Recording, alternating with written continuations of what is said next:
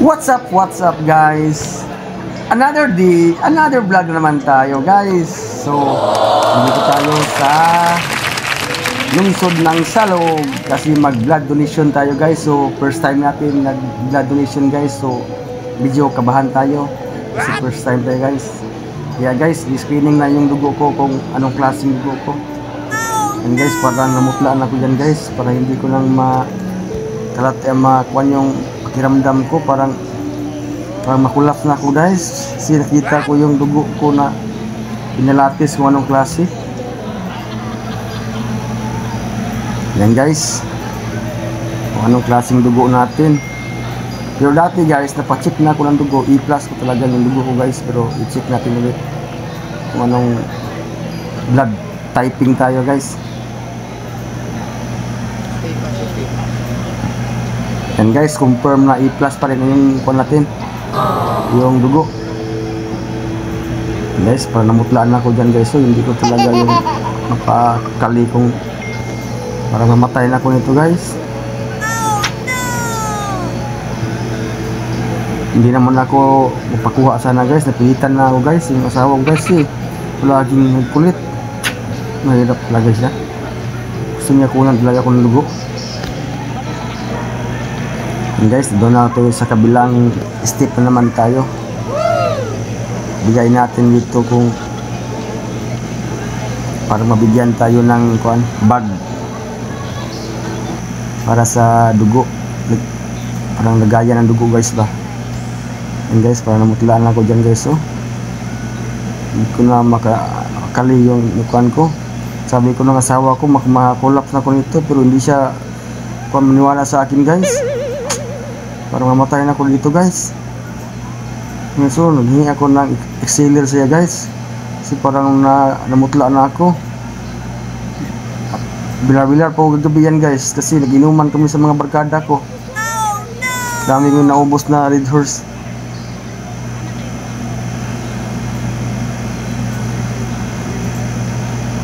And guys, parang nakuha na ako guys, parang hindi ko na makuha yung piramdam ko.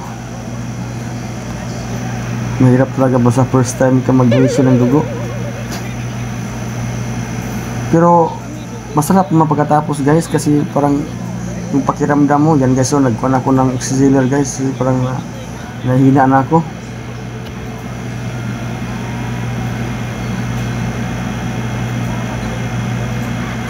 Nahintay kami guys kasi dami yung nagpaka-donation ng dugo din.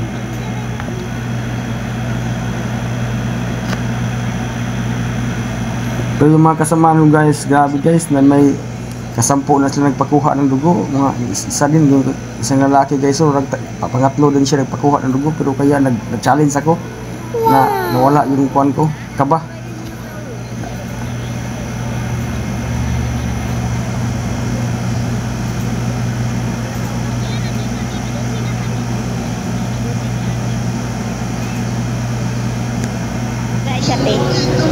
Ayan guys, si ate guys, so dami na yung kinuhaan dugo si ate guys para kasampu guys sa kanya. Ayan guys, nakabahan na ako guys kasi nakuha na yung bag ng dugo ko na parang ako nasunod yata itong kuna ng dugo. Ayan guys, so bigay na ni ma'am guys. Punta na ako doon sa pangatlong kuan guys. Diyan na ako mag-upo na kuna ng dugo. Guys, parang nahihina na ako dyan guys kasi parang nakulaps na ako. Pero hindi naman tayo guys, mahiya tayo guys kasi yung mga babae guys, so parang wala lang guys, simple lang sila kasi dami na sila na experience kita first time natin,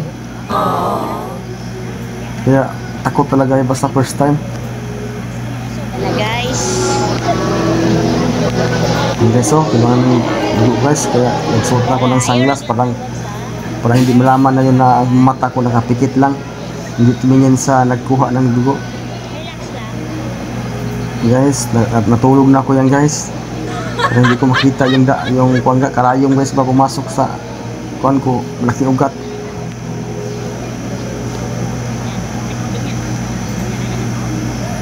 Hindi so, pero sabi ni sir guys, parang wala lang dito daw, parang kinagat lang ng langgam yan guys, so parang wala lang dito talaga guys. Parang wala akong nararamdaman na tinusok ng karayom. So kung pagkuha kayo dugo guys, mas maganda talaga guys, kasi pagkatapos ng kuha ng dugo guys, parang gaan-gaan ang feelings mo. Tapos makatulong ka ba sa ibang kapwa mo tao na mag-donation ng dugo. Kaya guys, kung may mga blood donation guys, punta kayo guys, kasi makatulong pa kayo, tapos makakuan pa ng health, parang gaan-gaan yung feelings mo pagkatapos. And guys, malakas na yung kuan yan guys. So pinahipayan ako guys, parang nakulap na ako dyan guys, kasi grabing pawis ko na sa damit ko. Pero sa totoo lang guys, basta first time takot ka, pero pagkatapos guys, maganda talaga yung feelings mo, katawan mo, parang nakuhaan ka ng dugo guys ba, parang yung mga dumi mo nalabas ba, para mapalitan naman ng bagong dugo. Kaya kayo guys, kung gusto kayong pakuha guys, may mga blood donation, punta kayo, kasi makatulong pa kayo, tapos maganda pa yung kalusugan nyo pag tapos ng kuha ng dugo guys. Ang gaso, mabahay gaso, parang wala lang guys. Pero ako guys, parang nakuha ako dyan, nahilo ako kasi bila-bila gabi yan guys. Napilitan lang ako nito guys. Ito tapos guys, may pagkain ng balot ito guys, tapos may pira daw, pero hindi ko tinanggap yung pira guys. Sabi ko sila ibigay lang sa iba. And guys, isang bag na guys, kinuha na ni ma'am yung kwan, yung dugo ko, kasi mapuno na yung isa.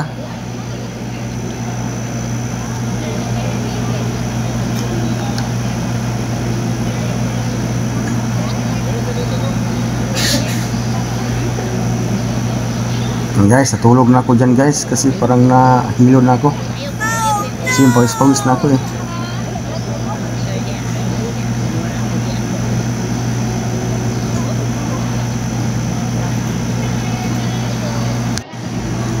Guys, malapit na matapos yung guys, mapuno na yung bag. Yan guys, kinuha ni ma'am guys, tapos na guys.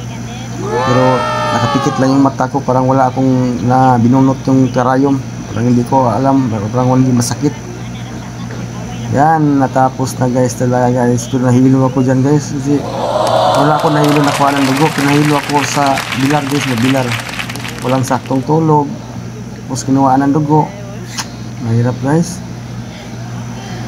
And guys, na-isilat ako guys, para hindi ako makulaps. Yan.